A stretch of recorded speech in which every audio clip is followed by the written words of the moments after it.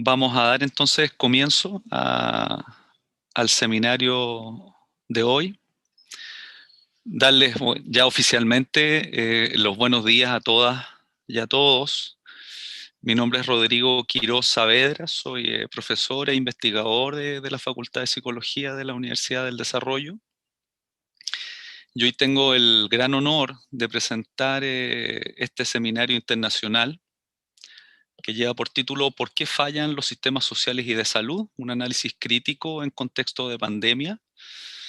Y de presentar, bueno, a nuestros dos invitados internacionales, al profesor Jim Cook y a Mamadou Diaw, a quienes voy a presentar luego con un poquito más de detalle.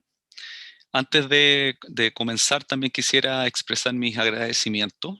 Eh, en primer lugar, a la Facultad de Psicología y particularmente a nuestra decana, Teresita Serrano, por apoyar la realización de este seminario. También al Centro de Estudios en Bienestar y Convivencia Social, al CEPS, del cual soy parte, y especialmente a su directora, Jaime Alfaro, quien también ha apoyado esta actividad. En tercer lugar, quisiera agradecer a la ANID, a CONICIT, por el Fondesit postdoctoral que tengo a mi cargo y que también ha contribuido a que esta actividad se pueda realizar.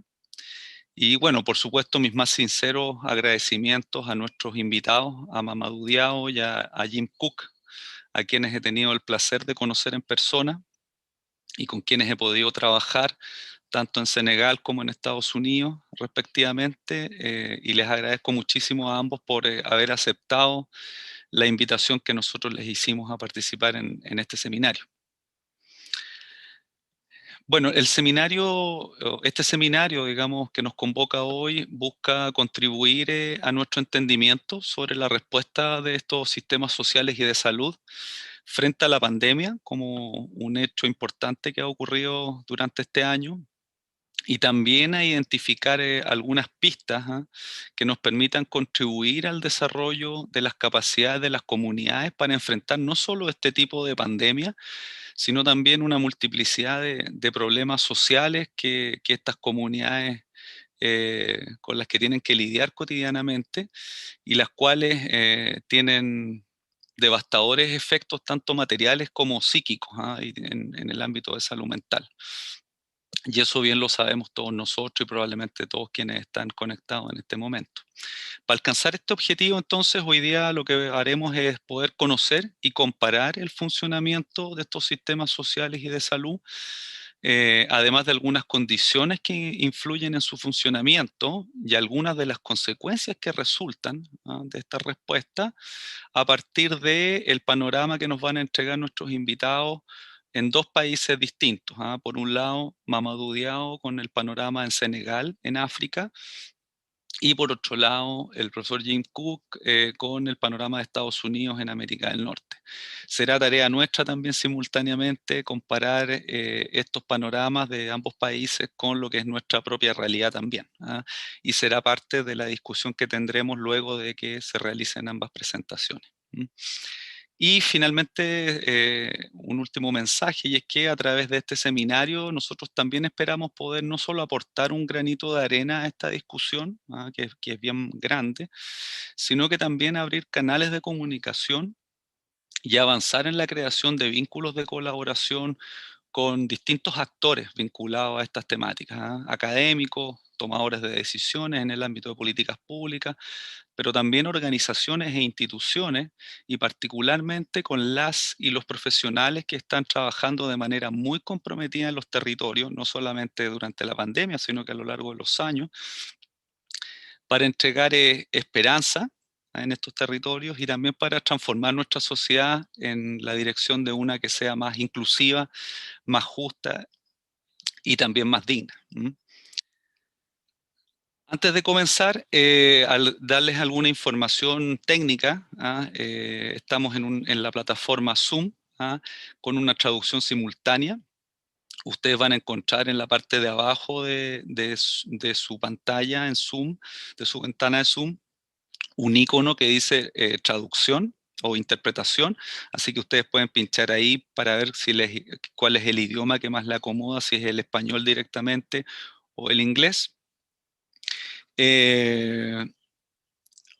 Una vez terminadas las presentaciones, que son ambas presentaciones que tienen alrededor de 20 minutos, nosotros vamos a tener entonces un espacio de diálogo entre los invitados y los asistentes, el público. Y para participar en el diálogo, ustedes tienen dos vías, una que es a través del chat de Zoom y la otra en la sección preguntas y respuestas, que también está en la misma barra abajo en la ventana de Zoom. Finalmente, comentarles que esta actividad está siendo también transmitida a través del canal streaming de la universidad en uddtv.udd.cl, y que, bueno, durante los próximos días también esta actividad estará disponible para que ustedes puedan revisarla o compartirla, digamos, con otras personas. Lo último que me queda es presentar un poquito más en detalle a nuestros invitados.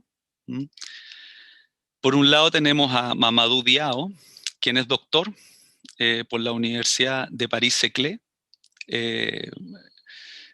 Mamadou ha trabajado durante más de 20 años en el campo de la cooperación internacional para el desarrollo, en distintas organizaciones, entre las cuales se cuenta el Cuerpo de la Paz, la FAO y algunas otras. Debido, bueno, a este trabajo, Mamadou ha recorrido gran parte de los países del continente africano, por lo que conoce muy bien la realidad de África. Actualmente Mamadou ejerce como consultor, especialista en participación comunitaria y salud comunitaria, temas en los que asesora técnicamente a diversas organizaciones.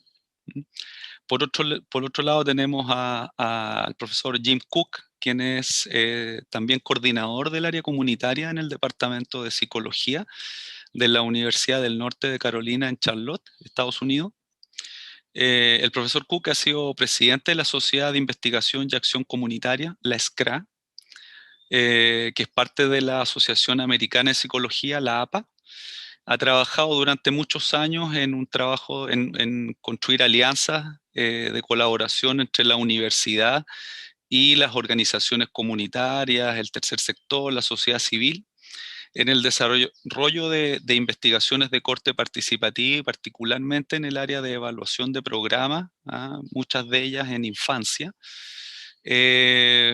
Bueno, debido a este trabajo, el profesor Cook ha recibido múltiples reconocimientos, entre los cuales destacan un premio al compromiso con la comunidad, a la excelencia en el servicio público, y además un premio a la excelencia por el programa de pre- y posgrado en psicología comunitaria que él ha liderado durante muchos años en esta universidad.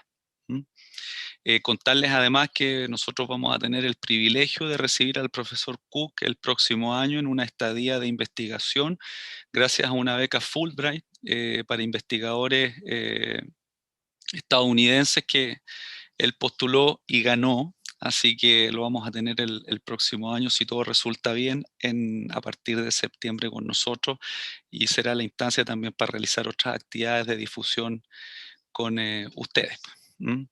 Así que eso por mi parte, y paso ahora a dejarlos entonces con la presentación del profesor Jim Cook. Así que muchas gracias por asistir a este seminario.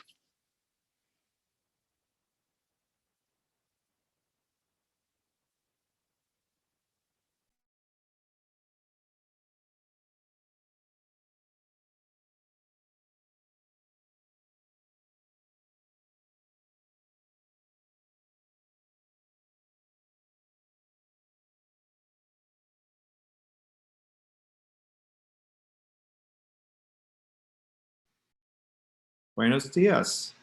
I'm very happy to be here with you today from Charlotte, North Carolina. And I appreciate being invited to come to this and participate in this seminar. The topic, as you know, is why do social and health systems fail? And so my perspective is certainly from the United States, where we have not particularly done a very good job in addressing the pandemic.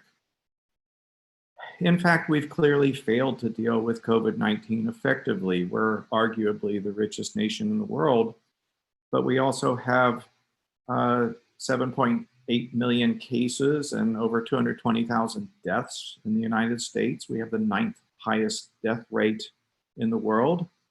And while we have 4% of the world's population, we have 25% of the cases nationally or internationally. If you look here, you can see the COVID deaths per 100,000 population by country. And you can see the United States is number 9.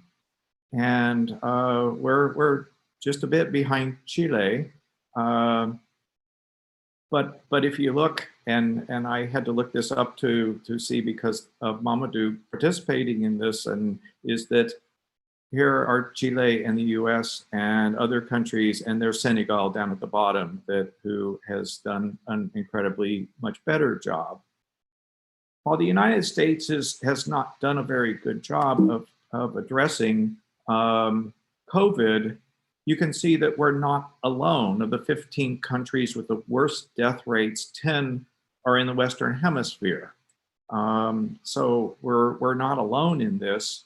I'm not sure what the similarities are necessarily between the US and other Western countries, but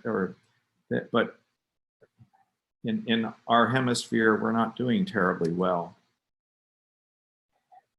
Back to the US. In the US, when you adjust for age differences, because there are clear age differences in terms of how people do with COVID, across ethnic groups, we're doing quite poorly. That Black population has more deaths, and Latinos and indigenous people all are doing so much worse than white people in the US. Minority and poor populations have 9 times the death rate of white poor communities. And you know, it's just a horrendous devastation to certain communities in the US. And we have 18 million people in the United States who are unemployed, yet at the same time, billionaires are making unprecedented profits. Amazon, Zoom, Microsoft are doing great, in part because of the large tax cuts and the bailouts that have generally been disproportionately going to wealthier corporations.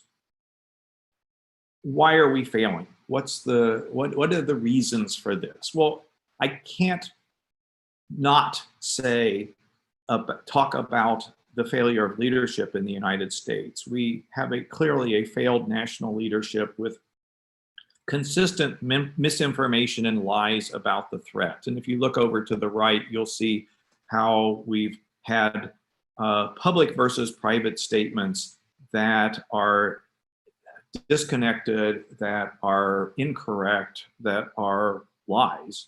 And you can look at those.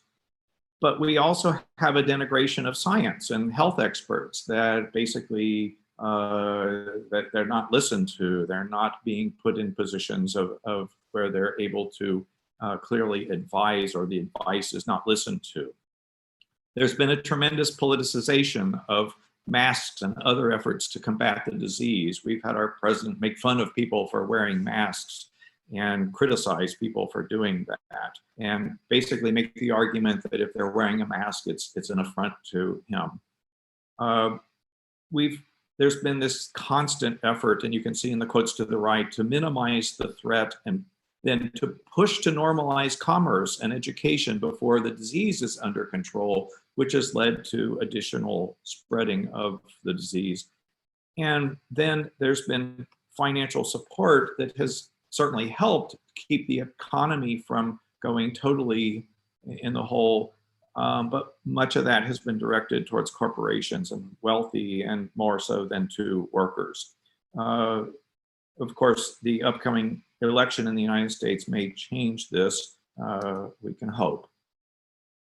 There, in addition to leadership issues, there are other systemic economic issues, and we have systemic racism that has resulted in disparities in wealth, income, and education. We have, since the pandemic, poor and minorities are much more likely to be continuing to work often under crowded and risky conditions. Some of the worst outbreaks of COVID in the United States have been in meatpacking plants and prisons. The tax codes are there to support the rich, and right now in the United States, the richest 10% have 70% of the total wealth in the country, and Black wealth is only 9%. The median wealth is only 9% that for whites. And again, in the relief packages, the people of great wealth are doing much better.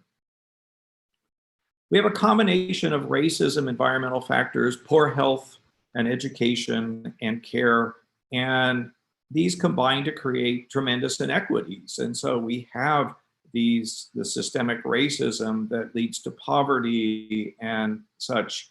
And then there are these social environments that poor communities have poor air quality and poor food security and so on. And then there are discouragements or impediments to social distancing and being able to be healthy. And so we have these pre-existing conditions that then lead to a much greater rate of COVID-19. There are a number of other systemic issues, and the political push to send children to school, open universities, have been adding to the recent growth in cases. University-related increases, new cases have been fairly high. And there are chronic disparities in health and healthcare in the US that have contributed to the degree to which the poorest and the most disadvantaged are most likely to have to contract COVID and to die from it. And we have lots of basic needs and safety net not being provided. We have crowded housing and evictions and homelessness, so it makes it very difficult for people to distance themselves, and reliance on crowded public transit for people who are at the low end of the socioeconomic spectrum to be able to get to work. And the horrible income disparities in education, that if you're poor, you go to a poorer quality school and you have fewer resources. But I would say it's far from hopeless here, in the sense that there are things that we can do and that have been done that are helpful, and that is to build community. Particularly in the United States, given that the national leadership has been so poor, that at a local level, there have been efforts to build community and to organize grassroots efforts to strengthen our sense of community, so that people are willing to do things that are looking out for the common good, not just for their own good, and to create and strengthen small NGOs and faith-based organizations to kind of help mobilize communities to, in some instances, provide food when schools were closed, and to do things to help people be able to get through this.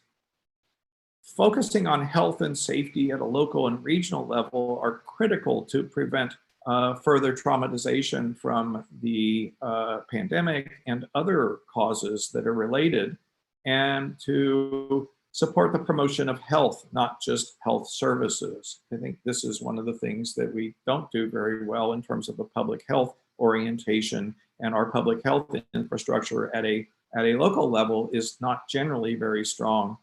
And so if we start working to address some of these broader social issues, then we are much better able to withstand pandemics and other similar crises. And so what other things that we can be doing and are important to do are to use these existing local institutions to support efforts to prevent disease spread. And so building collaborations among local health and other organizations and neighborhoods, and creating and building on the existing structures and support networks that exist within neighborhoods are critical to being able to prevent the spread and to have a good response to COVID. And having greater local ownership, if people at a local level are owning the problem and supporting the solutions, then they are much more likely to be implemented than if they were being handed down or providing general misinformation from a higher levels of government. Faith communities, I think, have an important role to exercise both moral and fiscal leadership in helping support communities and encouraging people to take those steps that are needed to address a pandemic. And in the US, we haven't seen that necessarily happening as much as would be useful.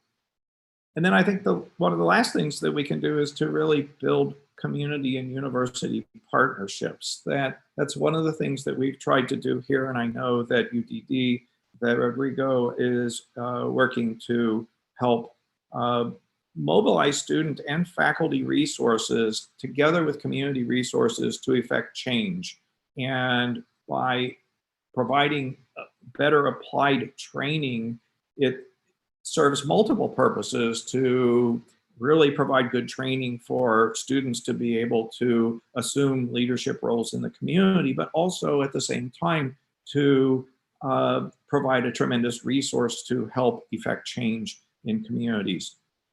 Evaluating the impact of existing services and supports, I think this is where we use our research skills to build a research base for effective change and helping serve as critical friends to organizations to help them do better at the work that they do, and to examine and address bias in healthcare systems and professionals. We know that that's been a significant problem in addressing the inequities in outcomes for the pandemic, but for healthcare more generally.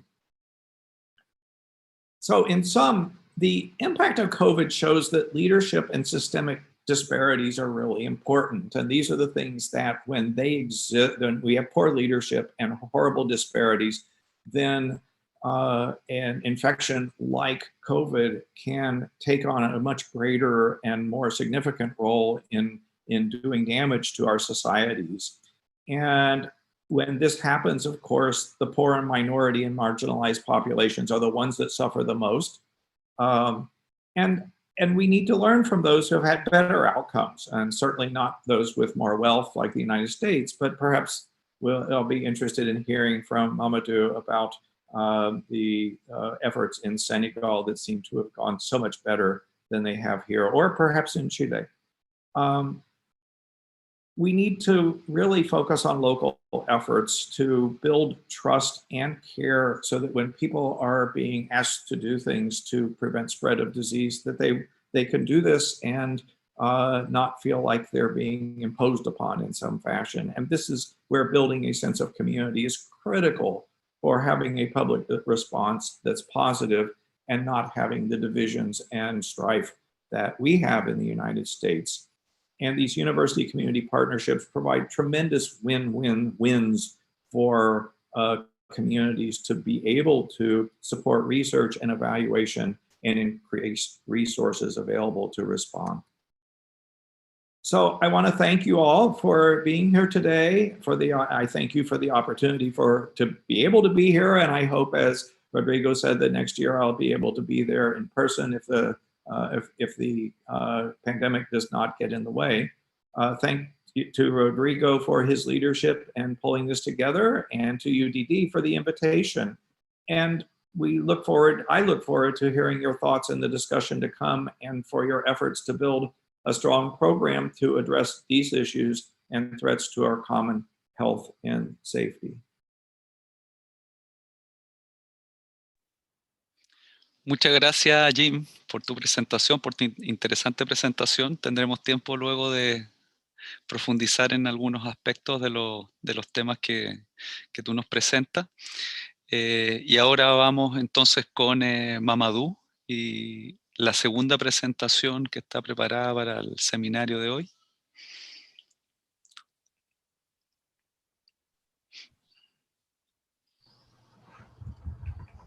Buenos días from Senegal. I would like to start. By thanking Rodrigo for inviting me to this seminar, and it's really an opportunity for me to exchange perspective with folks from different continents around this pandemic, which is really what I call the pandemic of paradox. or uncertainties. So can I have my presentation?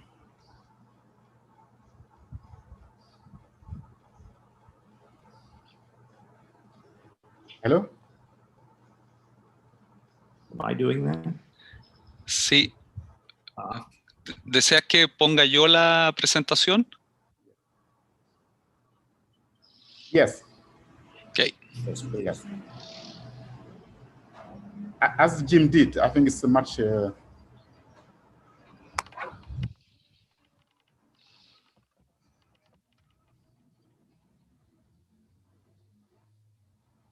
Okay.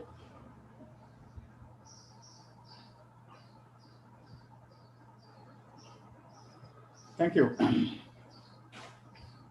you move to the next slide, please?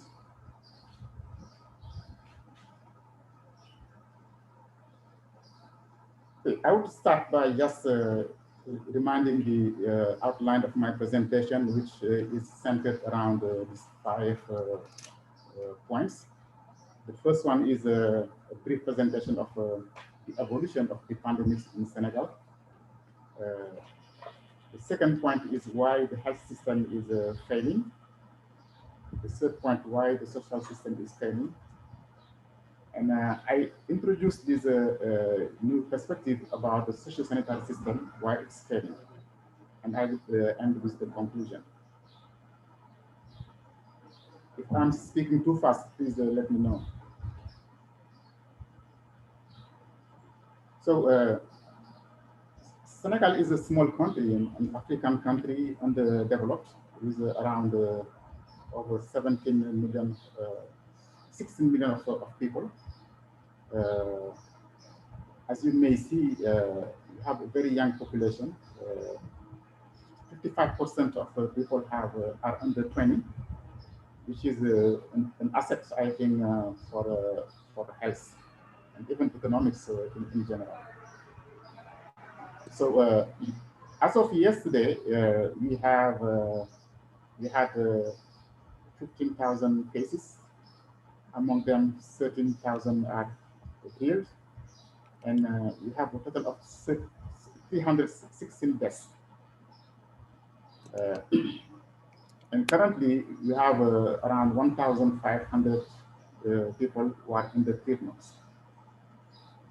And talking about indicators, all our epidemiological indicators are based on the average ones at the world level. And this is a paradox for an underdeveloped country, because at the beginning, most scientists forecasted the catastrophe for Africa. They're talking about millions of people who's going to die from COVID-19. So we're going to maybe try to understand why we are doing better compared to more healthier countries. Next slide, please. So how the pandemic has been managed in Senegal?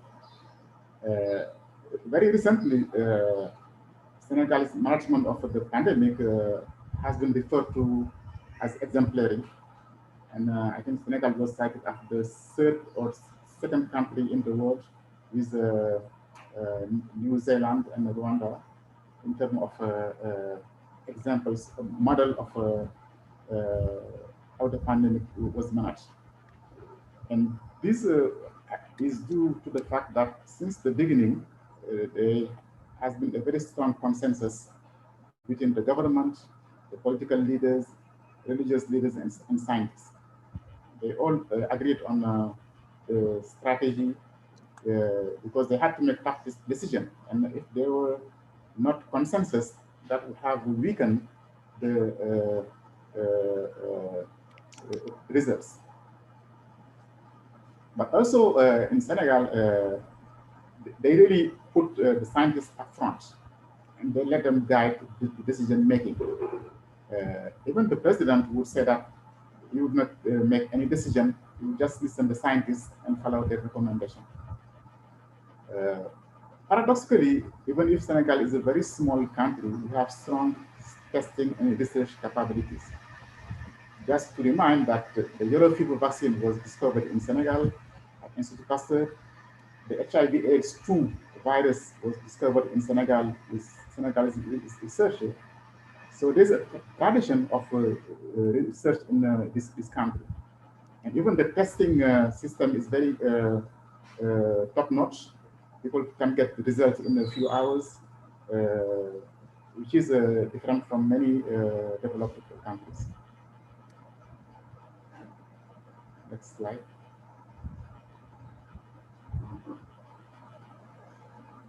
What strategy was put into place to control the pandemic? And we can consider two phases. The first phase was at the beginning when the pandemic was new. People did not have many information on how to manage it. And they mostly relied on administrative measures. First of all, they forecasted that there are going to be confinement and wanted to make sure that people would have access to food. So they started to distribute food.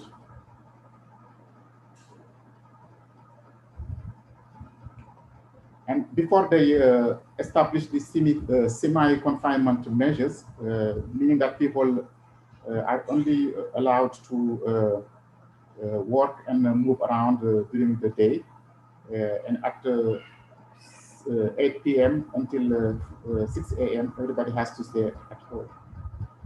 There was also the prohibition of large gathering, shutting down mosques, churches, and schools, putting into effect travel restrictions, and imposing masks in public transportation and public services. As you can see, all these are really prohibition measures that are hard for people to sustain over time.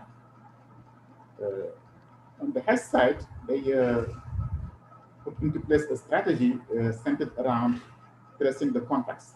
Every person who's tested positive, they would trace all the people, the contact people, and put them in hotels and follow their the evolution of their health situation by doing regular testing. But when over time we reached something like 1,000 of contacts, and they could no longer afford putting them in hotels because the cost was prohibitive. So they had to change strategy. But also over time, people started to protest with the confinement, because most of people in Senegal, they work in the informal sectors. They are farmers, merchants, and if they don't go out, they cannot leave. So they started to protest, and there was some violences happening. And we moved to the second phase of the strategy, which is the next slide. So the motto changed from stay at home, which was the motto of the first phase, to learning how to live with the virus. This was really everywhere. So they started to lift the travel restrictions in terms of confinement travel. They adopted the home-based care strategy, meaning that people who have mild symptoms, who are asymptomatic, they would let them stay at home and follow them. While the group at risk and those who have severe cases would be hospitalized. And they started to target the testing.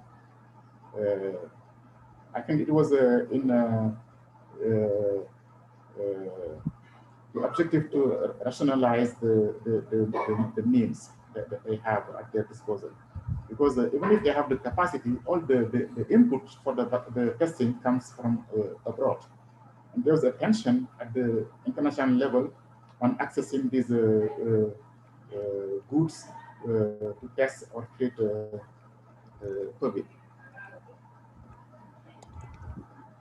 Next slide. Now I'm going to get into the questions that justify this seminar. Why the health system is failing from my perspective, living in underdeveloped countries that has different challenges. First of all, we have the structural factors dealing with the health system.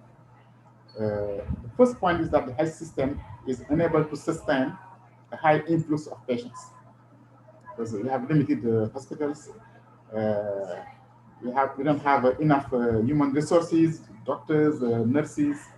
So, and when you start to have something like 100 cases per day, it becomes out of control.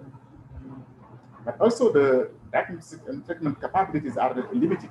It can work until it reaches a certain limit.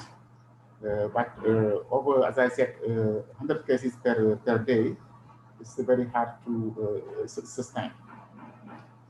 The second type of factors that explain the failure of health system has to do with the strategic approach. Senegal, as well as all developing countries, they have been working since the 70s on what we call the primary health care. And they really built a community health system infrastructure. But surprisingly, that infrastructure wasn't used during the COVID-19 pandemic. So that was really a paradox in the case of Senegal, because we really spent time building that infrastructure. We have thousands of community health workers. We have many committees implemented to alert when there are epidemics. We have surveillance system into place at the local level, but nothing was used. Also, the communication strategy that was set at the beginning was not inappropriate. It was all based on prohibition, stay at home, just repeating messages on top-down communication strategy. It took time before the government, the Ministry of Health, adopted the community engagement approach, but it was very skewed and really was guided by the health system instead of being owned by the local level.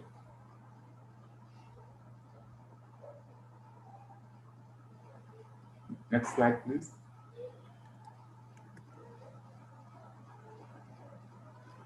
And lastly,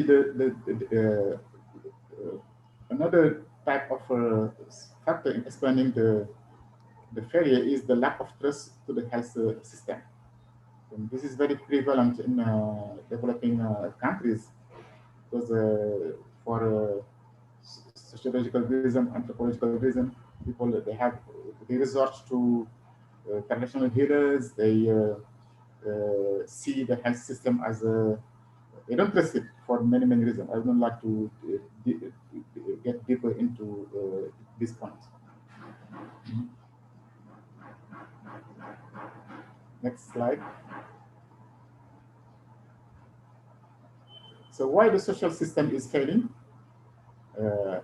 First of all, we are facing an emergent disease, which is very challenging for both the health system and the social system. People, they don't have a representation of this disease. They don't know it. There are a lot of myths around the disease. The second type of reason is that there are difficulties to access and to implement prevention measures, such as accessing masks. Somebody who earns less than $1 per day cannot buy a mask that costs half a dollar. So if they have a mask, they cannot change it. Even access to water and soap is a problem in many villages. So how can they wash hands? So social distancing is difficult to implement because it's contrary to the foundational principle of social interactions. We live in collectivist communities. People they live together, they do everything together, and they learn to be together. And it's difficult one day to really change that. I think that was the most difficult measure to adopt by the population. Also, there are so many representations around COVID-19. We talk about the myths. It's not a disease. It's something that is developed to control people. So people, they deny being sick. They resisted to being hospitalized. They develop stratagems to travel or to go around the prohibitions. There were even violence, attacking the Red Cross agents, burying dead patients from COVID-19. But the big problem was the stigmatization of COVID-19 patients. I don't understand why, but it was considered as a shame touching the COVID-19 disease. So it really underpinned all the effort at the community level to accompany the strategy. So at the end, people started to hide when they have the disease, which is a problem because it kind of make the infestation worse. And there was some problem on how to handle the barrier of disease people from COVID-19, because the protocol that was set was very strict, and people did not accept it. And at the end, they had to use their own system that was into place in their community. Next slide, please. Now, I consider that the interaction between the health system and the social system, which gives the social sanitary system, is crucial, because all those two systems has to work together to be effective. And despite the fact that we have been talking about public health, primary health care, so the upstream river metaphor is still prevailing in our health system.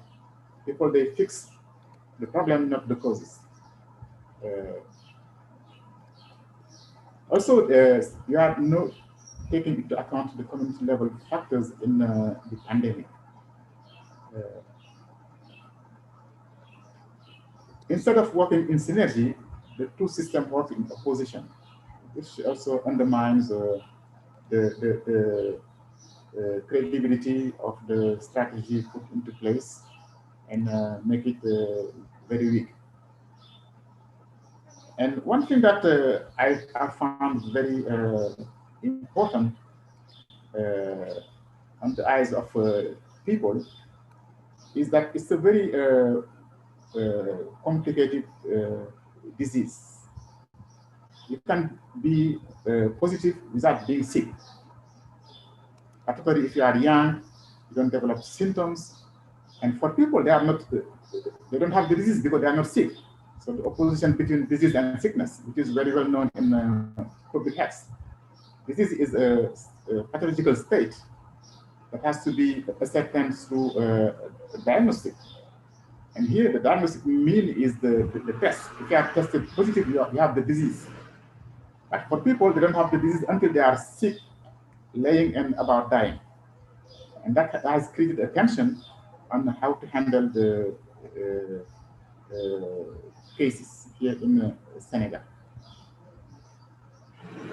Next slide, which is, I think, the conclusion.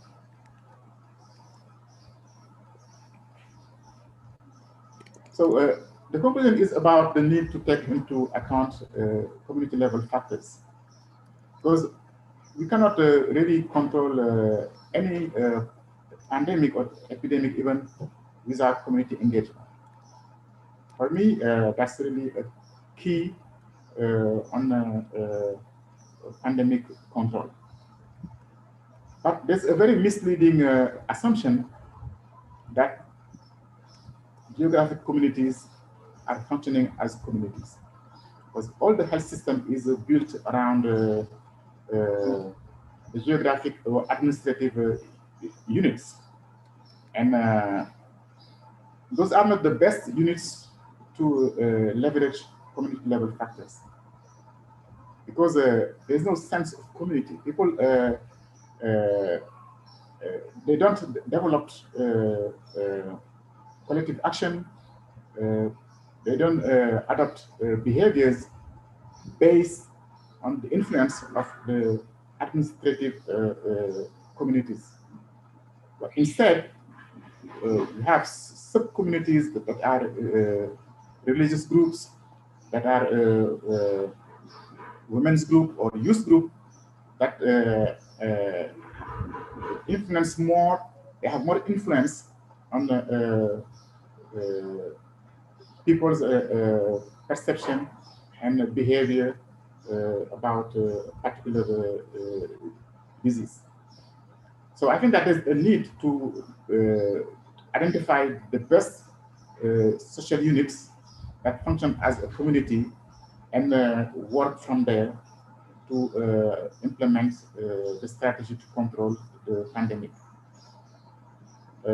Another point that is important is about identifying the key official leaders, the key leaders, the catalysts of the community capacity, not just the elected officials or the official leaders, which are the ones we see during this pandemic, but those leaders who are hidden in the community who influence community engagement. So this is my last conclusion about this presentation, and I would like to thank you all for your attention, and would be glad to take any question afterwards.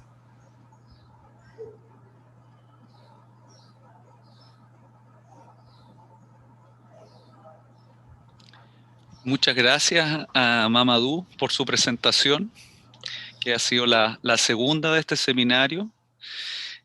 Bueno, ya estamos en condiciones entonces de comenzar el espacio de diálogo con el público o entre el público y los invitados. Hemos ido recibiendo acá varias preguntas a través de la sección de preguntas y respuestas y también a través del chat. Así que voy a ir transmitiendo estas preguntas a nuestros invitados, de manera de poder comenzar a lanzar este espacio de diálogo. Yo quisiera, antes de partir con las preguntas, simplemente puntualizar algunos elementos que parecen interesantes y parecen también ser ejes que atraviesan las situaciones y los antecedentes que nos presentan ambos expositores en sus respectivos países, y que son algunos elementos también, yo creo que coinciden con cuestiones importantes en lo que ha sido la pandemia en nuestro país e incluso una situación más allá de la sola pandemia. Un aspecto ahí tiene que ver con probablemente asociado a la respuesta, digamos, de estos sistemas sociosanitarios, con los factores de corte más bien estructurales, digamos, o elementos que son mayores a los propios sistemas, digamos. Hay una serie de factores que nuestros invitados hoy día identifican como factores que inciden en las respuestas de estos sistemas, ¿no? Entonces, desde ese punto de vista, los sistemas sociosanitarios propiamente tal tienen una capacidad también limitada de acción, justamente por la influencia de estos factores. Y principalmente, o alguno de los principales ahí tiene que ver, tal como lo plantearon, con la esfera de los liderazgos políticos y el rol que ha jugado la ciencia también en estos dos casos o en ambos países. Y eso resuena directamente con el caso nuestro en Chile. ¿ah? Vemos por un lado como la situación en Estados Unidos que nos muestra Jim es de una brecha, un divorcio entre las ciencias y la política, ¿ah? En donde un liderazgo político, digamos, ha sido el encargado de la toma de decisiones, y es versus lo que nos plantea Mamadou con un consenso, un diálogo, ¿ah? Y un liderazgo también de la ciencia, política y ciencia, digamos, y un liderazgo claro de la ciencia en el manejo de la pandemia. Y ahí vemos entonces de manera muy interesante cómo la ciencia tiene una relación muy estrecha con la política, ¿ah? Con la forma de gobernar un país, ¿no? Que en cierto sentido también va a contracorriente tal vez de algunas visiones tal vez más ortodoxas o hegemónicas en cierta manera de lo que es el rol de la ciencia en la sociedad. Particularmente esto toca al área de la psicología comunitaria, por supuesto. Luego hay algunos otros elementos, y uno tal vez yo diría probablemente de los más interesantes, a mi modo de ver por lo menos, es lo que Mamadou llama esta interacción entre lo social y lo sanitario, o puesto en otras palabras, la interacción y la relación que hay entre lo social y la salud, ¿ah? Que nosotros tendemos, o incluso en muchos discursos aparecen como elementos separados, y vemos acá que tienen una relación directa, ¿ah? Ambos. Eh, por ejemplo, ¿ah? Cuando Jim nos habla del racismo sistémico que afecta a la sociedad estadounidense, que son elementos de corte, diríamos, social, ¿ah? Y económico a la vez, ¿ah? Eh, Cómo estos aspectos sociales, económicos y en cierta medida también culturales tienen un impacto en salud directo, ¿ah? Es decir, que hay ciertas comunidades que van a recibir un impacto mayor, negativo, en situaciones como la de esta pandemia, ¿ah? O en otras situaciones o frente a otros problemas sociales, ¿ah? Justamente porque hay ciertos elementos de corte socioeconómico que tienen una influencia en ello. Entonces ahí hay una relación interesante porque también esto se traduce o eh,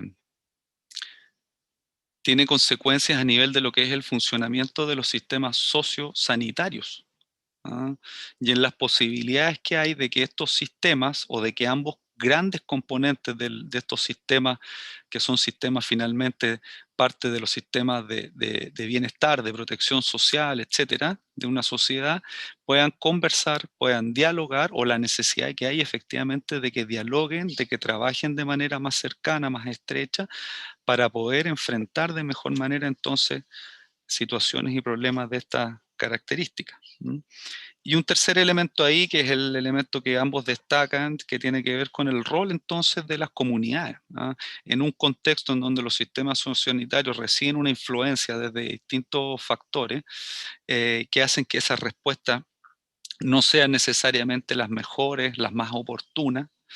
Es fundamental entonces trabajar en dirección a ampliar las capacidades de las comunidades, ¿ah? Para poder también tomar un rol protagónico y de respuesta frente a este tipo de situaciones.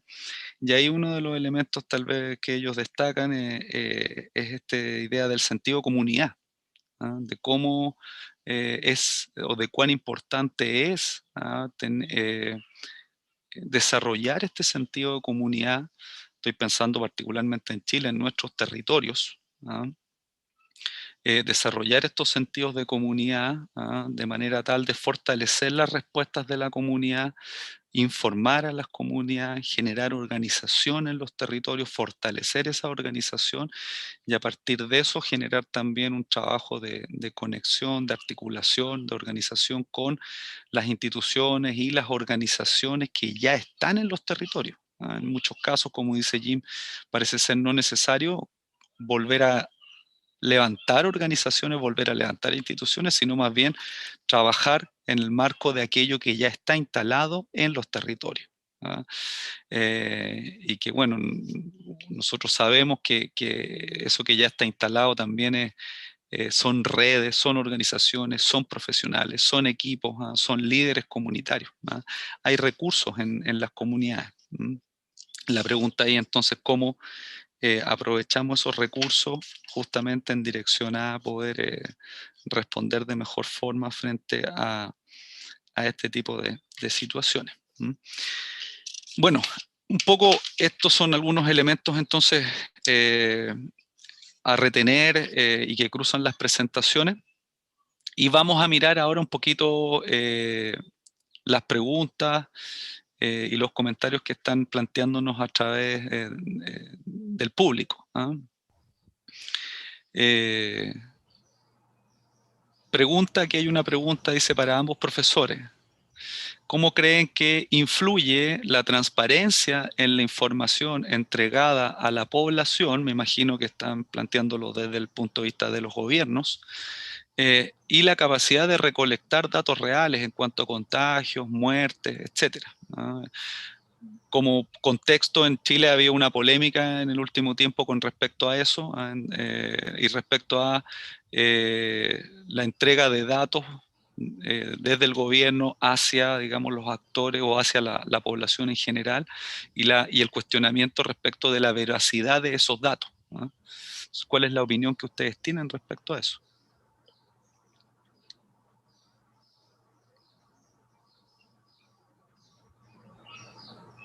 I think the availability of accurate information and consistent information is absolutely critical in encouraging people to respond appropriately and developing trust in the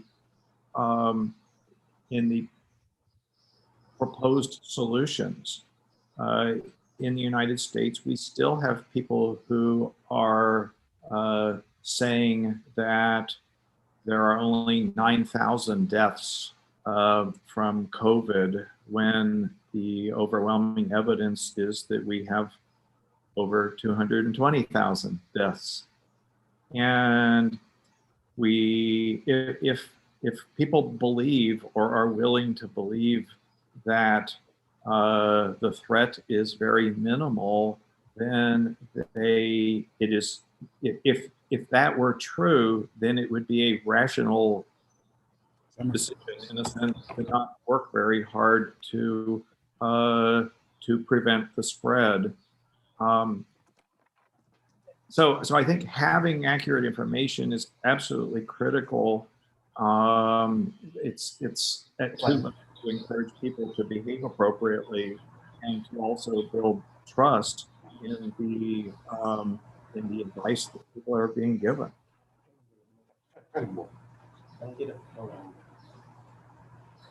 Okay, so I've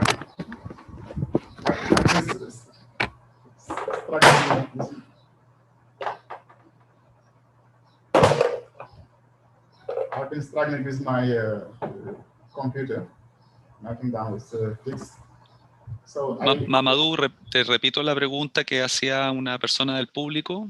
Valentina preguntaba cuál es la influencia que tiene la transparencia en la información que se entrega desde el gobierno hacia la población en relación a cantidad de contagios, muertes, etcétera, durante la pandemia.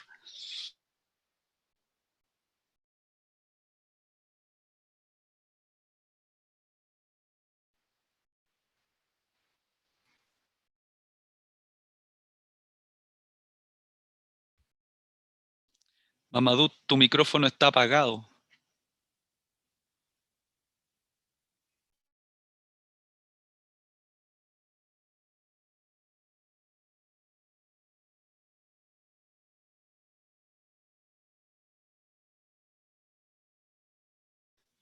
Vamos a esperar ahí, Mamadou está encendiendo, va a encender su micrófono ahora para responder a la pregunta.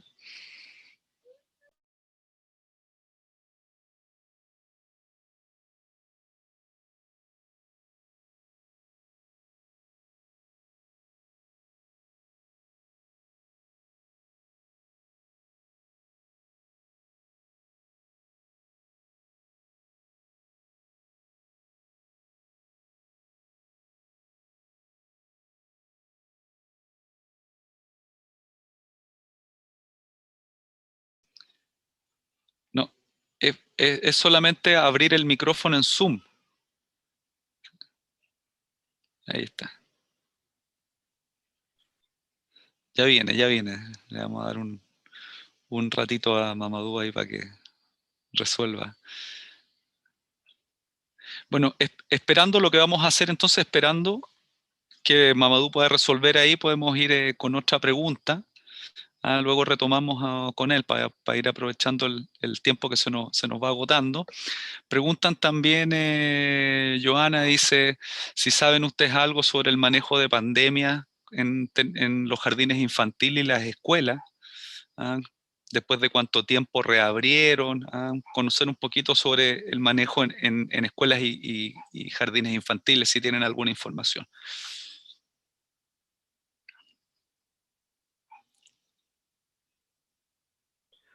I don't have any specific data. I know that many nursery schools remained closed until September after being closed in March. And the unfortunate part is that the focus on opening up nursery schools, childcare centers has been, at least from the national government, has been a push to do that so that people can go to work, and somewhat less of a focus on the well-being of children, whether that be in nursery schools or in schools.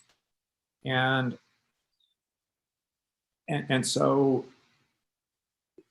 the one bit of evidence that I have seen is that childcare centers, nursery schools have not been major sources of community spread.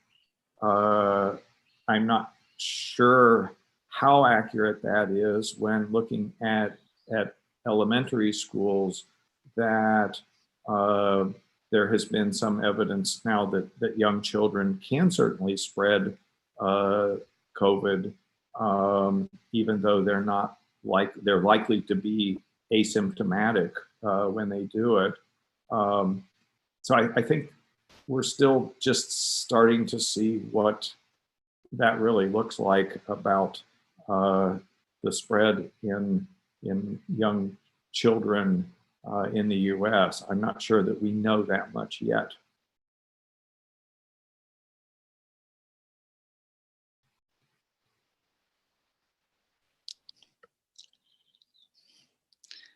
Aún no te podemos escuchar, Mamadou.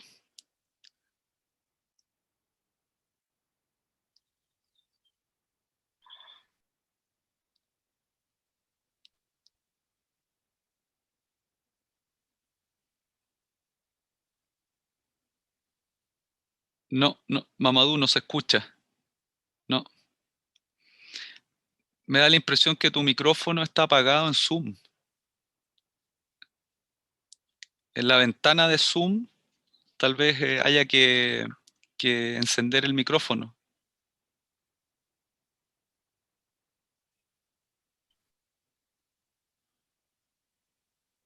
Can you unmute him or invite him to be unmuted?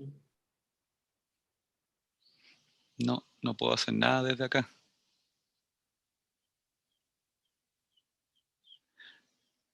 Acá en mi pantalla aparece que tú tienes el icono de micrófono apagado. Ya, vamos a seguir con otras preguntas entonces con Jim, mientras Mamadou ahí intenta resolver el problema técnico. Isidora nos pregunta, dice, al parecer dice en países, entre comillas, subdesarrollados, como nos planteaba Mamadou en el caso de Senegal, poseen mayores fortalezas comunitarias, que tal vez podríamos también plantearlo como tradiciones culturales de corte más colectivista, por lo menos que las nuestras probablemente, lo que parece ser un factor protector para las mismas comunidades y para las personas. Entonces, desde la vivencia se pregunta de Jim Cook, ¿cómo percibe que se podría fortalecer este valor comunitario, este colectivismo, este sentido de comunidad en países como Estados Unidos y yo diría incluso también en el nuestro.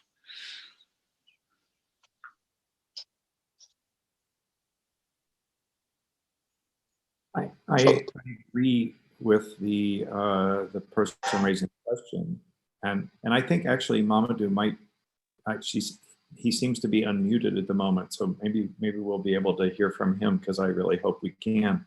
But I think yes, I think that's absolutely correct. That and we've seen that in rural areas in the United States where sometimes they end up having a much stronger capacity to respond to crises because they have placed greater reliance. Votre vidéo est arrêtée. Ah.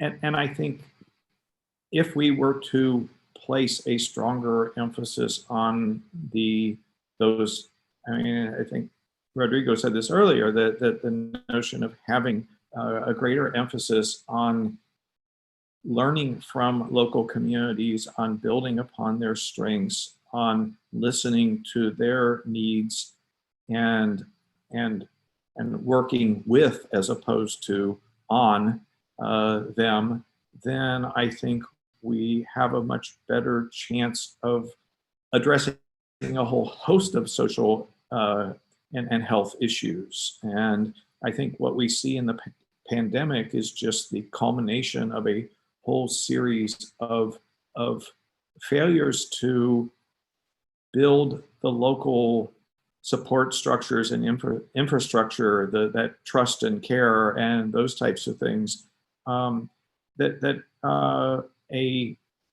man by the name of John McKnight in the United States has written an awful lot about the importance of neighborhoods and returning to neighborhoods and small localities some of the responsibilities that have been taken on by larger organizations. And that's something that I think we truly need to be doing more of. And we would have weathered this pandemic a bit better. And of course, that assumes we don't have tremendous amounts of misinformation coming from central government. But I think you're absolutely right that those are the things that when you're in smaller, more rural areas, that's what you have, that's what you rely on.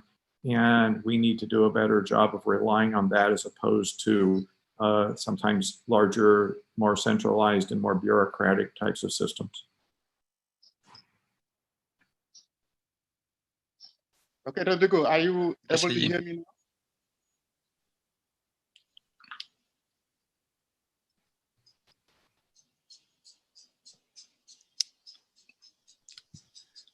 Oui, on t'entend. Okay, sorry, I had even to call the technician to help me fix the problem. So I do understand the second question, but for the first question about transparency, I said that's very key for the control of any pandemic. If people don't buy into the information, it's going to screw up all the efforts that are made. And I think that one way that this was mitigated in our case in Senegal is they open the decision-making community to the civil society and other leaders who can really ascertain about the veracity of the information. And that has really helped people really trust the information. At the beginning, it was very hard to have people believe into the data until we started to have very famous people who died from the COVID-19 in country. Because when they were sick, they could not travel abroad to get better care, so they had to stay in country.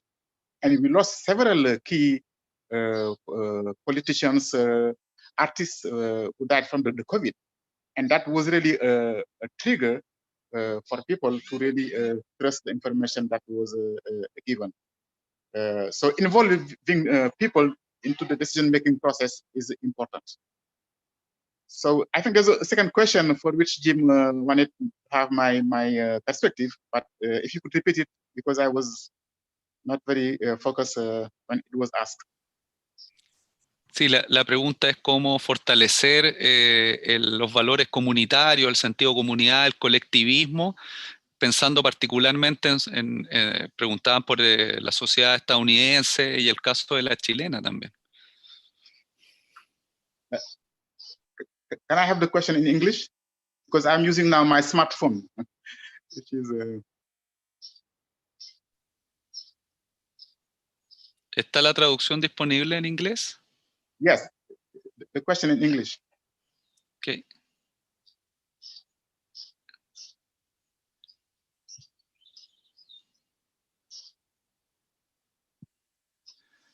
Someone was posing the question about how to reinforce the community values, the collectivism in our societies in United States and Chile. Okay, I think that questions even now applies to most African countries, because most of our communities are dying. We are still dreaming about the old communities. And there's a need to do what we call community building. It implies efforts from the members to agree on some common ground and how they would advance their community at different levels. It means that the health system needs to take into account community development, community building as part of their interventions. They cannot assume that communities they are dealing with are functioning in a coherent way. There's really this tendency to kind of mythify the communities. And with the modernization, with several factors that really impact on our communities, not only we have a fragmentation of our communities, but there are several now many conflicts happening within the community. So really taking time to build the community so that they can support health interventions is important. I'd like to, thank you, Mamadou. I'd like to follow up on one thing that you said that I think is really interesting, and a contrast between Senegal and the United States, in the sense that you said that prominent people ended up dying from COVID because they couldn't get good health care that they would ordinarily get in another country. And I think that's one of the things that has resulted in the fact that we have very good health care, at least for people who have wealth, that has meant that people who are in power, who have, like our president, who have contracted COVID, have survived reasonably well through it. And one of the things that we were, people I know were wondering is what a difference it would make if the people who had gone to the White House for an event and the spread of COVID to people there, to the president and his wife and to other high key figures in government and politics, that if any of them had died as a result, then it might have really changed the nature of the discussion about how much of a threat COVID is. But when people see prominent, when the public sees prominent people who contract the disease and they seem to do well, and in the case of our president then say, don't be afraid of COVID, I'm fine, then it's really hard to have people take seriously the need to quarantine, to socially distance, to wear masks, and all those other things that are important for reducing the spread. And I think it's because of some of those things that we're seeing now the rates going back up after they've already been high, but they had dropped down, and now we're seeing them start to go back up again. Yeah, definitely. I think that the leadership factor is crucial in this type of situation. At any level, the leadership is not giving the good examples. It's going to undermine all the efforts. Yeah. Yeah. But the interaction with the quality health care for those who are in those public positions, that interaction I had not thought about as much, and about how that changes the nature of the discussion in the country, that people are then continuing to not believe it's a big deal because they see these people doing just fine. Yeah, I totally agree. Yeah.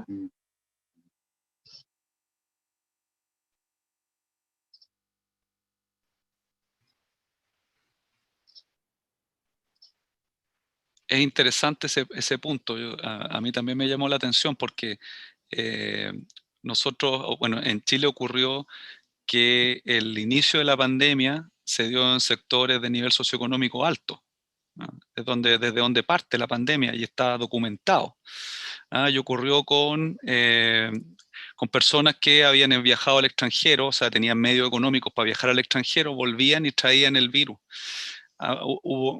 Hubo en ese momento algunos otros problemas asociados al manejo de la frontera, etcétera, que permitió que entrara el virus, pero es el medio, el mecanismo a través del cual ingresa originalmente o inicialmente el virus, y luego, desde el sector que en Santiago geográficamente es el sector oriente de la ciudad, en donde se concentran los niveles socioeconómicos más altos, se comienza a distribuir hacia el resto de la ciudad, y a crecer en número justamente hacia las comunidades y hacia los sectores de nivel socioeconómico bajo, o comunidades que están en situación de mayor segregación.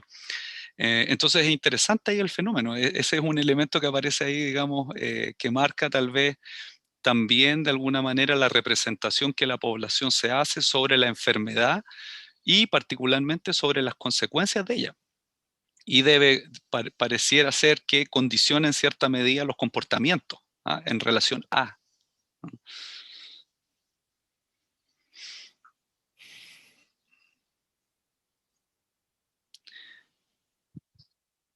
Si no hay algún otro comentario de nuestros invitados, vamos a otra pregunta. Hay varias preguntas, estoy leyendo ahí las preguntas del público, hay varias preguntas que apuntan a esta idea de la relación y el rol que ha jugado la ciencia, la política, y en el caso senegalés se agrega la religión también como otro actor relevante en ese plano, en esa esfera. Entonces la pregunta ahí es si es suficiente con un consenso entre estas dos o tres partes, digamos, ciencia política y religión, en el caso senegalés, y si no lo fuera, ¿qué otros actores también es importante que estén involucrados? I think that that's a very good question. And this is the second time that in Senegal we are having a consensus between the three poles, meaning the science, religion, and politics. As you may know, Senegal has done very well since the beginning to control HIV/AIDS. While in many African countries, the incidence was very, very high. In Senegal, it never went beyond 1%. And because very early, there was a consensus among the religious leaders, the politics, and the scientists on the strategy, first to acknowledge the disease, and second about the measure that were taken. So this is the second time we had that consensus.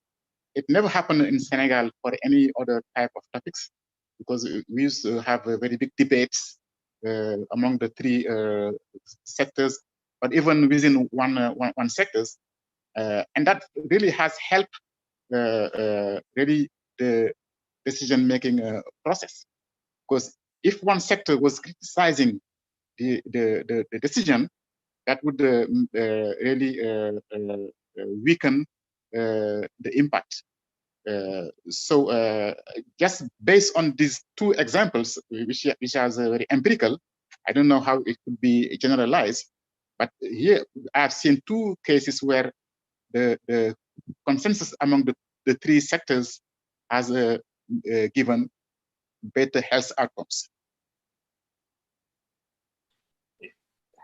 It's interesting in the United States that what we have in the response from religious organizations and leaders has been very similar to their overall political connections and views, because we have a sizable segment of the more conservative Christian religious leaders who have for years now have aligned themselves very clearly with our current president and his party, and have then been very willing to listen to the misinformation and to go along with that. And so, and sort of related to that then has been the lawsuits filed by some of those religious organizations to allow them to have large religious gatherings, which in some instances have been tremendous super spreader events. And so, but then you have other segments of religious leaders who have been arguing for a more tempered and reasonable approach to listen to the science and to do things that are actually caring for one another, as opposed to taking a more independent and protecting themselves sort of role. And so I think it's been a rather mixed response from the religious organizations. I think from business organizations in the United States, it's been rather interesting, because some of the major corporations have been asking the federal government for stronger federal guidelines about wearing masks and such. And so we've had corporations like Walmart and Lowe's and some others who have been then instituting mandates for wearing masks in their stores. But unfortunately, they've run into the problem of they have no particular way to enforce those. And so you have people who choose not to wear a mask who are coming into a Walmart, and they have a poor clerk trying to enforce the rule, and people then occasionally getting violent with them because there's no overarching government mandate or requirement. And so they've been at odds with the government at times and have had to just do things on their own. And similarly, states having to do that as well. Estamos llegando al término del tiempo programado para nuestro seminario de hoy. Nos quedan varias preguntas, o nos quedaron varias preguntas del público que no alcanzamos a responder por el mismo tema de tiempo. Así que bueno, esperamos poder dejar estas preguntas para más adelante y tener la oportunidad de probablemente organizar un nuevo seminario donde sigamos discutiendo estos temas y profundizando en ellos. Y para cerrar, solamente agradecerle, darle un profundo agradecimiento tanto a Jim como a Mamadou por estar con nosotros hoy día, por la presentación que nos hacen, por lo interesante que ha sido también para nosotros de poder tener una perspectiva más amplia de la situación relacionada con el COVID, con las comunidades en otras latitudes del mundo. Y bueno, invitarlos luego a revisar la grabación que va a quedar disponible, junto con los PowerPoint también de nuestros presentadores para quienes habían preguntado. Y si alguien tuviera alguna duda o quisiera alguna información adicional, también le dejo mi correo en el chat, que es r.quiroz@udd.cl. podrán comunicarse. Incluso también les puedo transmitir los correos de nuestros invitados hoy día para que pudieran hacerles alguna consulta. Así que muchas gracias, me despido de todas y todos quienes estuvieron conectados con nosotros hoy día, y nos vemos en un próximo seminario, espero. Muchas gracias. Thank you very much. And if people have questions they would like to send to me, I would be happy to try to answer them via email. This has been great. Thank you so much. Thank you so much for the seminar. I'm just sorry for the technical glitches I faced. I hope that people could hear what I wanted to say. Thanks so much.